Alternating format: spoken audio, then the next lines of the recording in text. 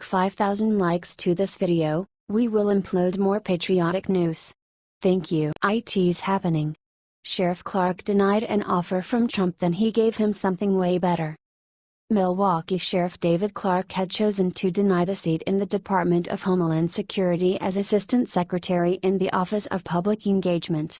According to Fox News, he was planned to begin working by the end of May, but he declared this Friday that he will reject the job. Here is a video content of when the sheriff primary accepted the position.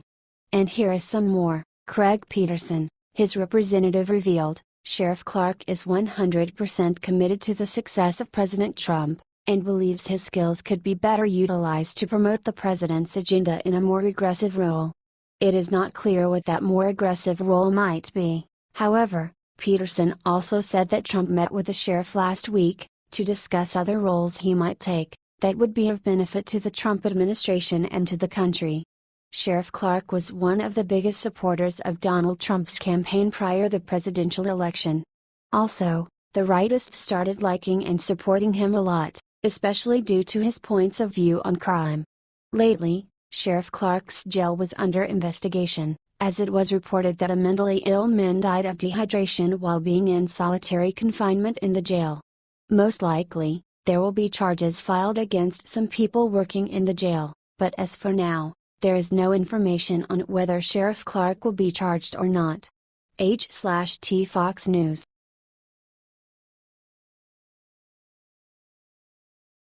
Just now. 2 Republican senators let America and their party down. This is unacceptable.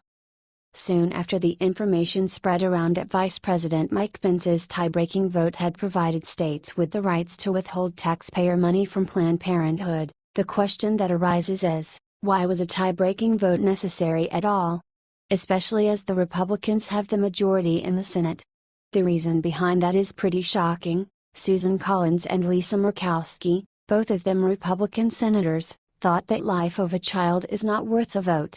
From Independent Journal Review, the Republican-controlled Senate voted on Thursday to roll back an Obama administration regulation and allow states to withhold funds from Planned Parenthood.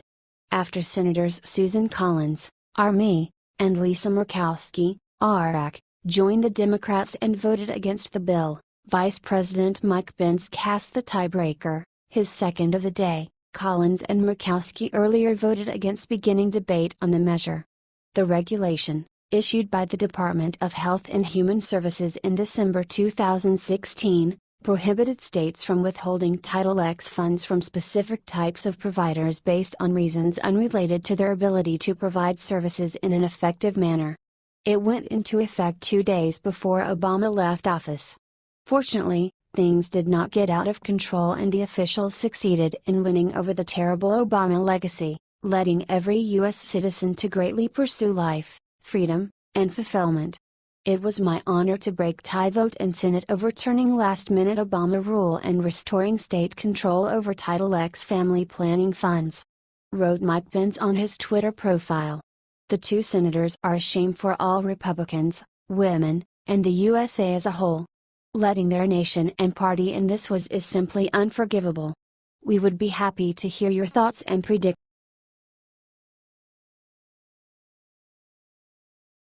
Massive news: top Democrat can lose something this valuable.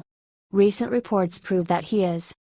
The golden rule about any conflict is that if you are going to start a war, make sure you hold your hands properly.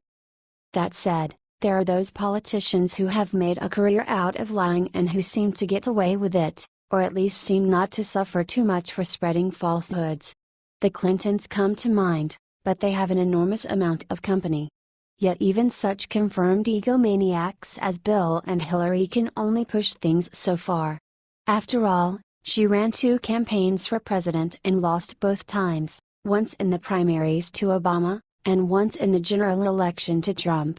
Bill got impeached and only stayed in office by a partisan vote in the Senate. Clearly, their legendary abilities to lie didn't save the day for them in these cases. And it looks like another pompous, leftist politician has just gotten caught in a lie, and more. John Lewis is a congressman from Georgia who hails from the far left. He made news most recently with his derogatory comments about Donald Trump, When asked by Meet the Press host Chuck Todd if he would cooperate with Donald Trump moving forward, Lewis responded, "It's going to be very difficult. I don't see this president-elect as a legitimate president.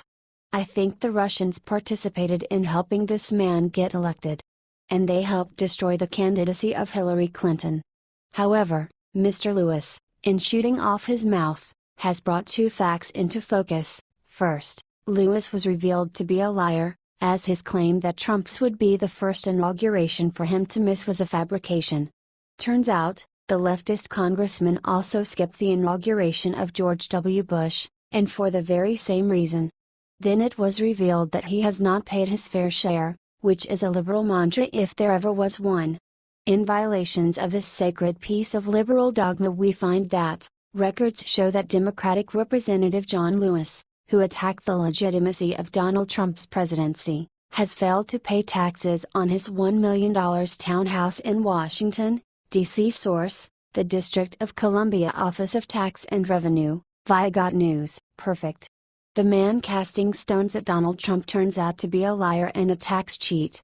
Of course, mindless leftist supporters will find a way to ignore these two inconvenient facts or explain them away. But you know the truth, and anyone willing to take a look can know the truth. Lewis is one big liberal liar, and that is a fact. What do you think of this? Share your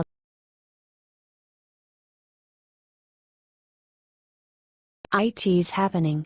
Navy SEAL has had enough of Rhino McCain.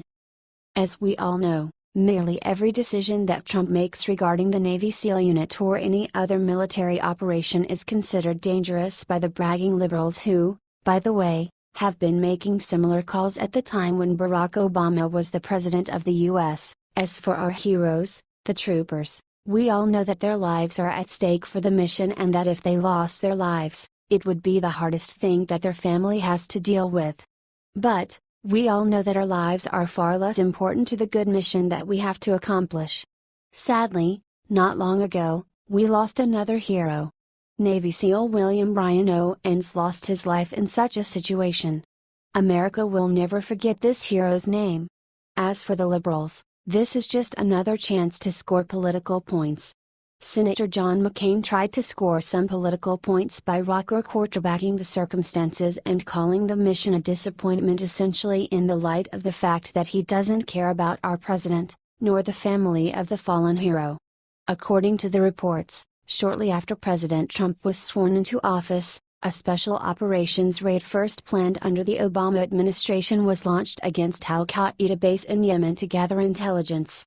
Unfortunately, this resulted in a number of civilians being killed, the loss of an American military aircraft, and the death of a Navy SEAL named Chief Petty Officer William Ryan Owens.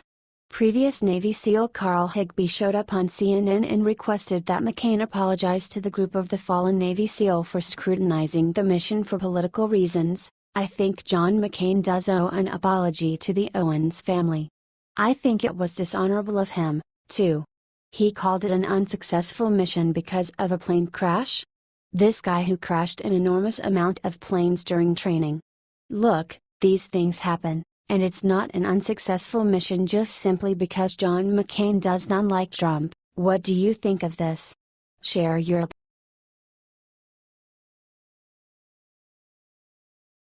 Seconds ago. Liberal Democrat leader shocks the entire country. The liberals have double standards for a lot of things. For example, they say that they accept people of all races and backgrounds, but that is not the case. Liberals from around the world regularly attack people who do not agree with them. We've seen this very recently in the United States. Well, it seems one liberal has had enough. This leader of a political party has stepped down, admitting his people are not as open-minded as they claim to be. From Daily Caller, Tim Farron resigned as leader of the U.K.'s Liberal Democrat Party Wednesday, saying it was impossible to both follow Christ and lead his political party. The consequences of the focus on my faith is that I have found myself torn between living as a faithful Christian and serving as a political leader, Farron said. Farron clarified that he did not believe in imposing his Christian views on the public and that, as a liberal to his fingertips, he strives to protect the liberties of those who believe differently than he does. Despite the friction, Farron also said his own beliefs have not been tolerated. Even so, I seem to be the subject of suspicion because of what I believe and who my faith is in, Farron said. In which case, we are kidding ourselves if we think we yet live in a tolerant, liberal society. That's why I have chosen to step down as leader of the Liberal Democrats. It's important to note what Farron said. As a Christian, he was forced by his Liberal Party to deny parts of his faith. Yet the party itself was not tolerant of his religion and lifestyle. Liberals demanded that he accept homosexuality, something regarded as sinful by many Christians. He struggled with this, trying to observe his faith and still stay politically correct.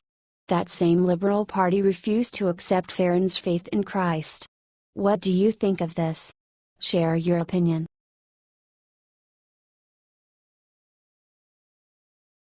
Denzel Washington lets loose and accuses Obama on TV. In Hollywood, or so-called the liberal world, Barack Obama remains admired by the masses. That is what got a reporter confused lately as he asked Hollywood A-lister Denzel Washington a question regarding the president and got a pretty shocking answer.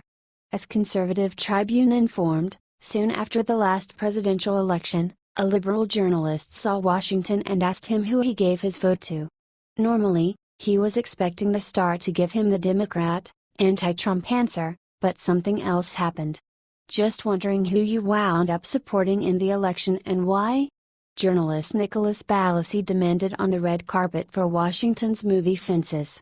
Washington tried to divert the question back to the movie, but when Balassi continued to press him, he silenced him with a blunt answer. "None of your business," he stated emphatically. After fumbling a bit, Balassi pressed on and asked Washington about Obama specifically. Right now, under President Obama, over the last 8 years, in your mind, have race relations improved under his leadership? He asked. Most actors would have taken this opportunity to lavish Obama with praise, but not Washington. Race relationships have to do with race relationships, answered Washington, letting the reporter know that in high opinion, Obama has nothing to do with race relationships. You're white, or whatever you are, and I'm black, or whatever I am, we're standing here talking now. That's how we get things done. You can't legislate love. The President of the United States can't legislate us into liking each other. We have to step forward and ask questions about each other and engage. There's no law that says, oh, because I'm president, you all gotta get along now. So it's up to us. He went on explaining. We would be happy to hear your thoughts and predict